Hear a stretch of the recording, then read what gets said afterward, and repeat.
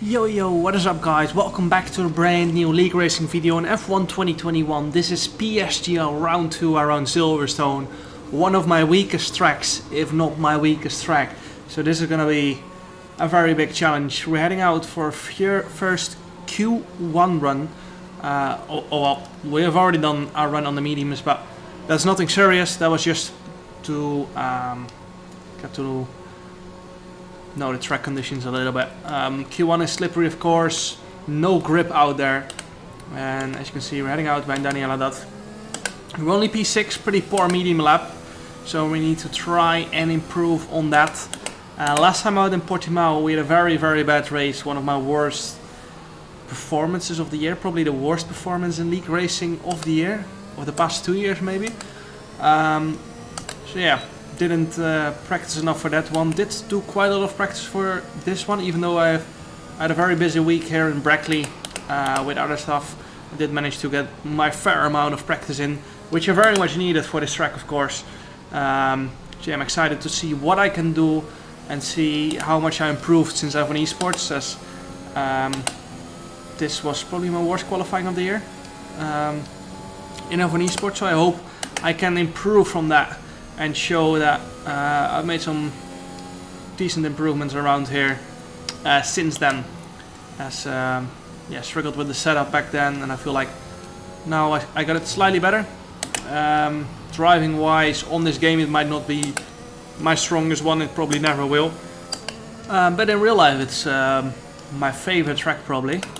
So that was unfortunate. It's one of my better tracks I had in real life in my Formula Renault and Formula 4 days. But on the game it just doesn't seem to suit me that well. But it is what it is. We just have to get better and get faster. Quali is probably the main issue around here for me.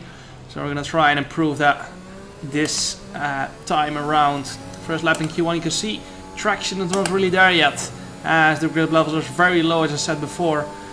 Going through turn 1, want to keep it easy, flat of course, keep it smooth, and then brake at the start of that curve. And down to third gear, and then a bit of oversteer, as you can see there, down to second gear, short shifting to fourth, and once again struggling with the traction again a little bit. Only 1.5 tens up to a medium run. Usually you're aiming for a 2 10 improvement through sector 1, so 27.1 is not the best I've done through the first sector. And again, Beckett was stepping out a little bit again into Brooklyn's.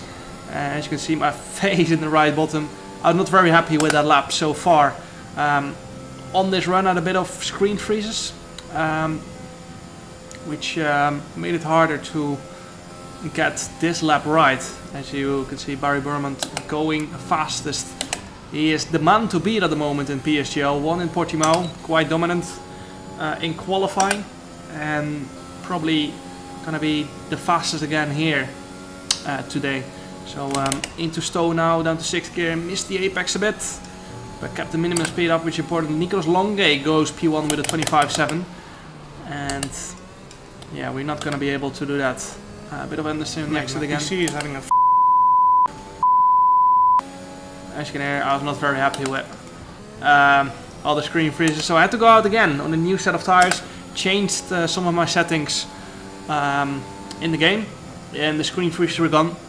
So that gave me a lot of confidence for Q2, but we did use that extra set of tires, which is putting us on the back foot for Q2 and Q3 coming up, because that means we only have one set of new tires for Q2 and one set of new tires for Q3. And yeah, that's just another deal. You can see 25.8 currently. That was on a used set of tires, and that has brought us to P5. A lot of others are going to be using that second new set of tires, which we don't have, so that's not ideal. But only one attempt here in Q2, and it is going to count. It's going to be important to get it right and not make any mistakes, because otherwise we're going to be out in Q2 again, which is not what we want. Altrum strategy is not really powerful around here, so gonna want to get into Q3 this time around and have a shot at the pole position, which is gonna be very tough. Backhand was stepping out there in left field a little bit on the exit, cost us around half a tenth, just over half a tenth, and then through cups Again, a little bit of a moment, struggling with the back end so far in this Q2 session, but we're 110 up, which at the moment should be enough to get us into Q3. But then through maggots and baggots, we gain even another half a tenth. And you can see in the middle split there, 900s up on Simon Perkney, 1.1 tenths up on Simon Perkney actually. Going into Stowe now. Last time around, I think I lost quite a bit of time through here. You can see 700 gain going into the final chicane. Now to third gear.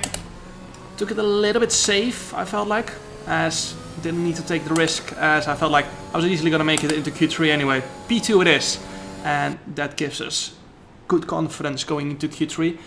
Nicholas Longay and Barry Brumman both have 2 more new sets of tires. I think Brendan Lee has 2 new sets of tires left as well. So that's going to be interesting. They are going to be strong in this Q3 session. You can see on that used set we did a 25.8, which was only good enough for P6. As I think Simon might have had 2 new sets of tires as well. Maybe they were just faster on the used set, but yeah, I'm not sure if how many people had still 2 new sets remaining. I'm 100% sure Nicholas and Barry did. So they have a little bit of a better feeling going into this final run of what it's going to be like.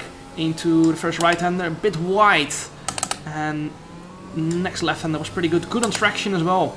Half end up now, which I gained just purely on minimum speed and exit speed. Into Brooklyn now then. 27.109, 7 to 800s up on Simon Weigang.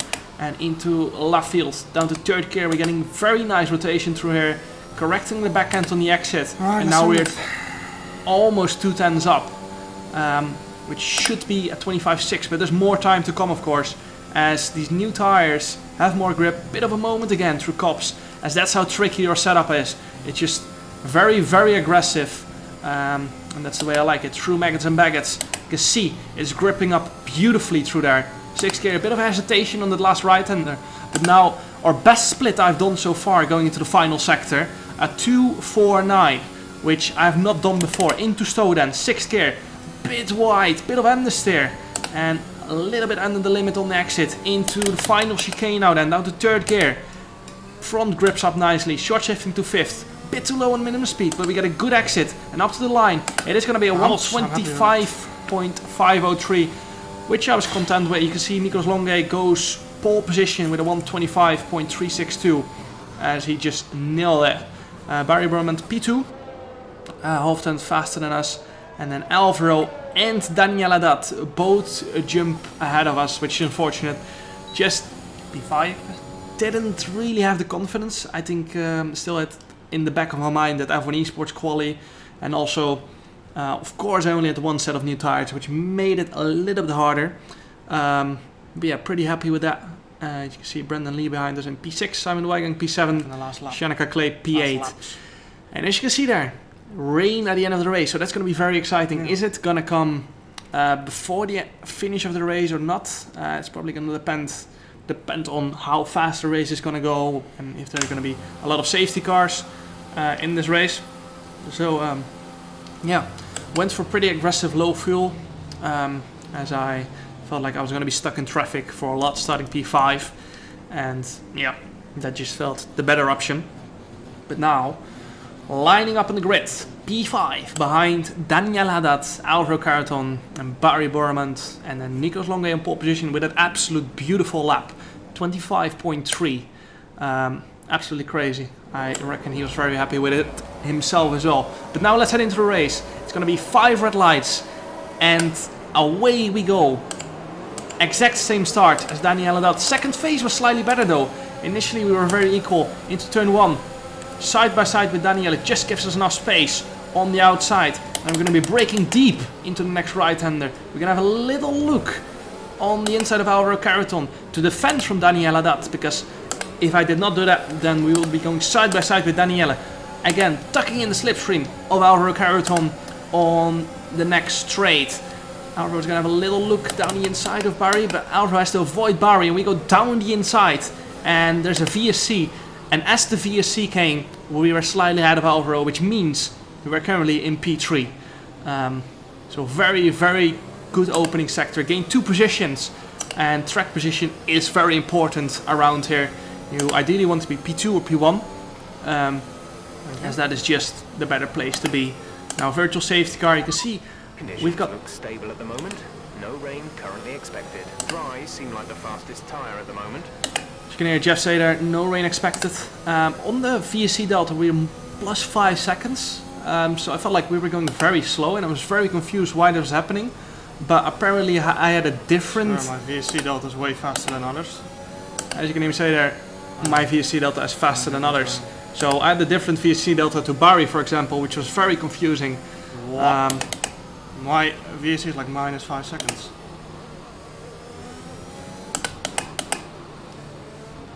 Oh my god.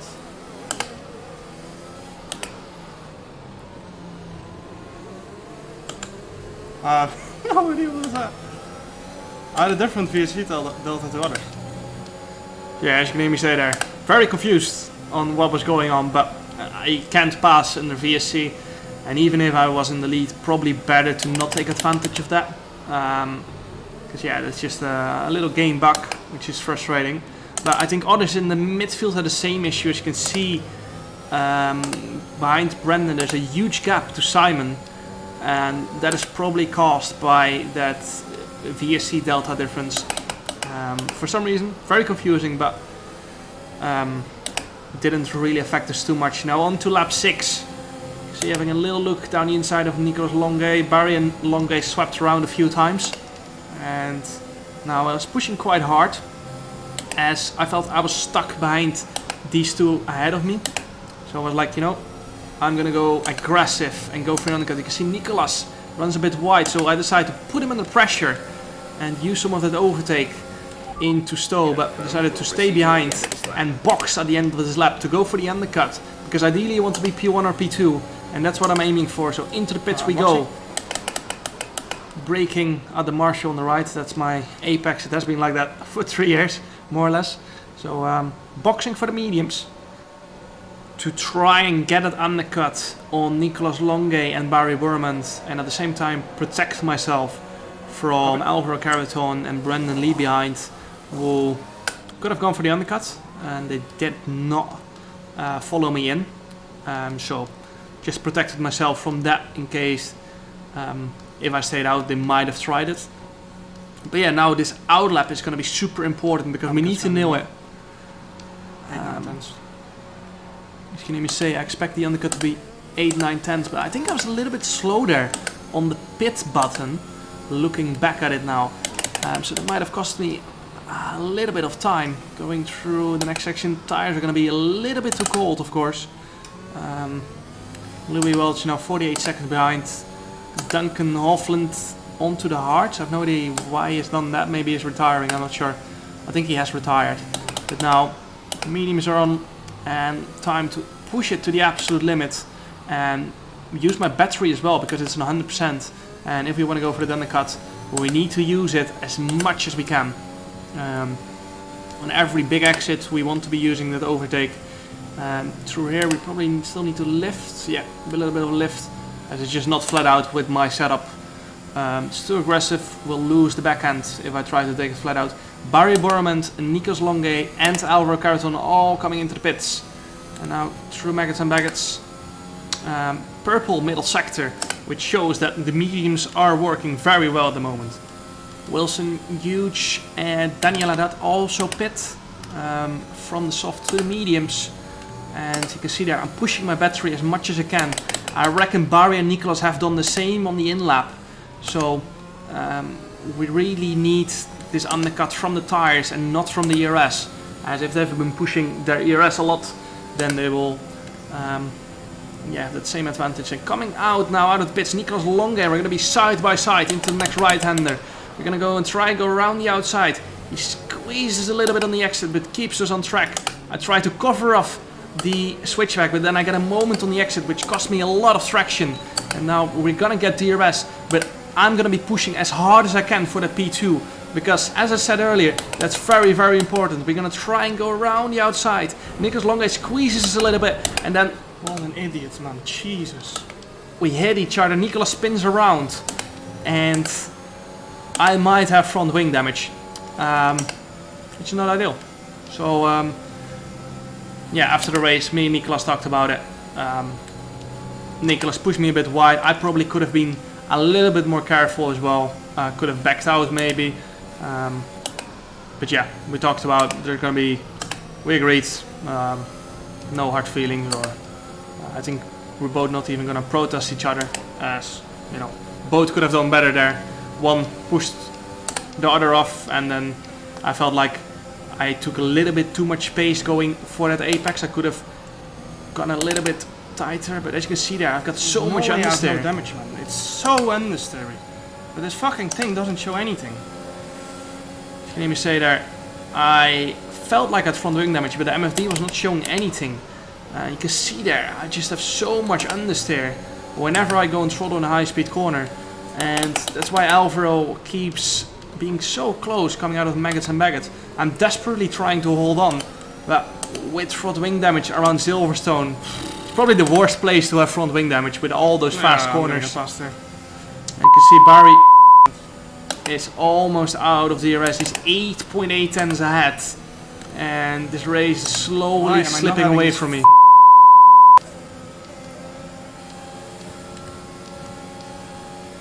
As now Alvaro goes down the inside of me, it's time to let him go because it's just not turning. What the I've been desperate to try and hold on to that net P2, but the front is just not turning anymore. I can see Brendan has a run out of cops now as well. He's going to go down the inside here.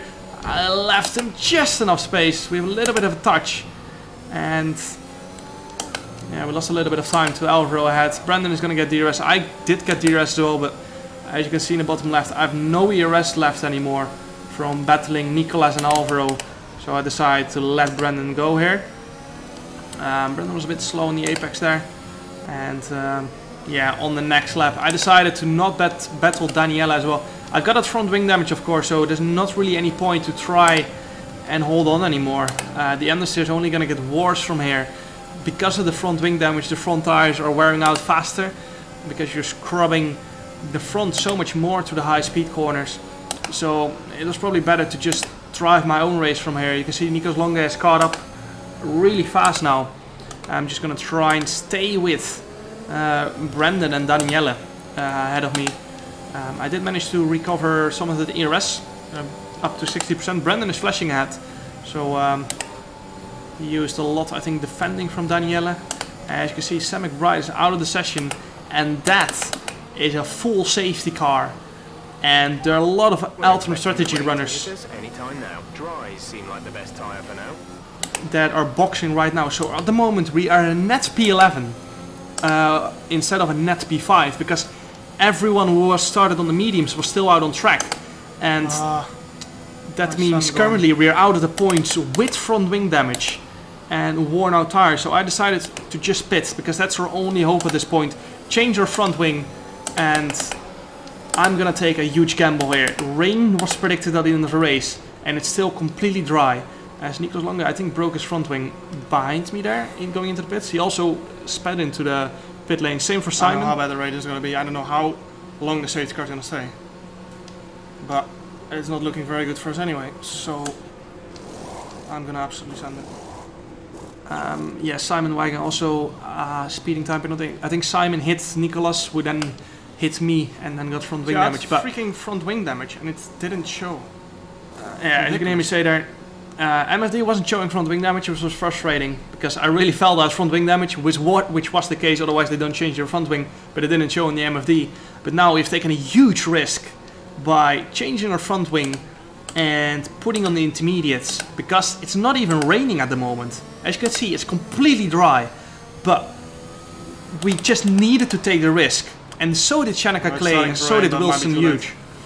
As you can see there, it just started drizzling a little bit, but then 2 laps later, you can hear me say inters are ready, because the asphalt is wet enough for the inters not to overheat, which is the main issue of the intermediates if it's too dry. And I could just feel that the intermediates were working, and everyone ahead is on the slicks, apart from Shanika Clay and John Evans, but John Evans has an 8-second time penalty. So this is going to be a very interesting restart. Will the slicks still have grip? Will the slicks remain to have grip until the end of the race?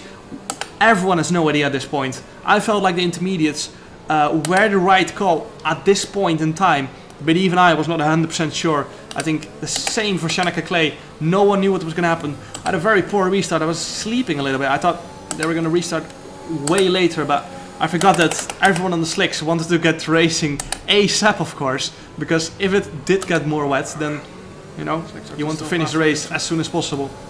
Now, 6 tenths behind Shanika because of my poor restart. So yeah, that was bad on me. But now, you can see, going through turn 1, grip not quite there yet. And I could also see that on the tire temperatures were just sky high straight away, so it was still a little bit too dry. But I'm going through here, it's such a mess, as the soft runners, the new soft runners, have so much more grip than the old medium runners, especially in these conditions. So everyone was trying to overtake each other as fast as possible. Brendan going defensive from Shanika, because see, Brendan runs wide there, Shanika does make the apex, and then we're gonna go around the outside here. But then Shanika does, we get a switchback here. You see, with way more grip as Brendan almost spins out. And then we're right with Shanika, who's basically the only person we're fighting on the intermediates. And now through the next right hand, you can see we've got so much more grip. The track is getting too wet for the slicks at this point. Danny Beresney on those old mediums, struggling a lot. Shanika goes around the outside in that right-hander. And then we go for the switchback around the outside for the next right-hander. We've got so much more grip at this point than the slick runners. And we're trying to follow Shanika Clay around in these wet conditions. I'm going to try and go for a mover into stone. Shanika Clay, can we go down the inside maybe? No, we cannot. We have to stay behind, down to 5th gear. It's very hard to overtake people in wet conditions without DRS, as you need the downforce in these wet conditions. And in the dirty air, that makes it very, very tough. Ruben Pedreno fighting Barry Borman there. Barry did not pit and is on those old mediums, one of our main title rivals, dropping away in this race. And it looked like he was going to win the race. You can see backhand stepping out. He has no grip anymore on those old mediums. We go around the outside, and now there's only one slick runner remaining ahead of us, and that is Jake Benham on new soft tires. But you can see even the new soft tires are dropping away at this point. Daniel Haddad is out of this session. I think retired, I'm not sure, maybe he crashed. I'm not sure what has happened to him. But now Jake Benham into Brooklyn. You can see the slicks are nowhere anymore. We go down the inside, or kind of down the inside, and then it turns to the outside for this one. But we have so much more grip than Jake Benham. And now there are only intermediate runners remaining. But the battle is for the win between me and Shanika Clay, as John Evans has too much time penalties to fight for the win at this point. Unless me and Shanika crash, which I'm not planning to do, of course. Into the final lap then. You can see we've got a full battery to use basically on this last lap. And we're 5 tenths behind. You can see we're gaining a little bit to Shanika Clay. 4 tenths now. We're gonna be giving it our absolute all in this final lap. Through the next left hand, you can see Shanika now also very close behind John, which means Shanika will also be struggling with the dirty air. And that means we can maybe get slightly closer. We lost a few tenths there through that section, but we're saving our battery for that last straight, because if we're gonna overtake Shanika, it is gonna be there. And I want to save it all for that last straight. Now on the exit here, a bit to save, I felt like. You know, lost a few hundreds to Shanika, a bit under the limit. Did not want to overheat the tires on this last lap, going through maggots and maggots. Into Cops now. You can see we've got so much more minimum speed, so much more front end biting into the asphalt. Another 10th gain through Cops, and now into maggots and maggots. This could decide the race. So going through here, I was giving it my all. Down to 5th gear, getting good rotation. Shanika gets a bit of a moment, so we can tuck into the slipstreamer, use our overtake. But then on this final straight, are we going to have a little look down the inside and Stowe? We're 2 tenths behind, which is slightly too far to send it down the inside into Stowe. Trying to get a good exit here, big moment on the exit. And now we're going to have a little look down the inside, trying to scare Shanika off the road. But we cannot, and we're just falling short here by around 2 tenths to Shanika Clay, who wins the race after penalties. And we finish P2. And honestly, very happy with that after last week. It's one of my worst tracks, of course. And after that front wing damage, it was looking like the race was pretty much lost. We were a net P5 before the safety car. And there were still a lot of people on the alternate strategies as well. So yeah, insane race. You can see Brendan and Danny going side by side for P11, having a nice little drift here on the exit. Beautiful in sync. But yeah, very happy with that result, of course. Main title rival Barry Roland in P10. So we're almost equal in points, more or less. Shanaka Clay takes the race win and thereby the championship lead. So the battle is on. Still a lot of our race remaining. Next week is Monaco. So yeah, looking to do well there, of course. I'm going to be grinding that a lot, as I feel like I'm just not on my level I was on F1 2020. I just need to practice more, and I will, especially for Monaco. So hope you guys enjoyed. Make sure to like and subscribe if you guys want to see more, and see you guys next time. Ciao.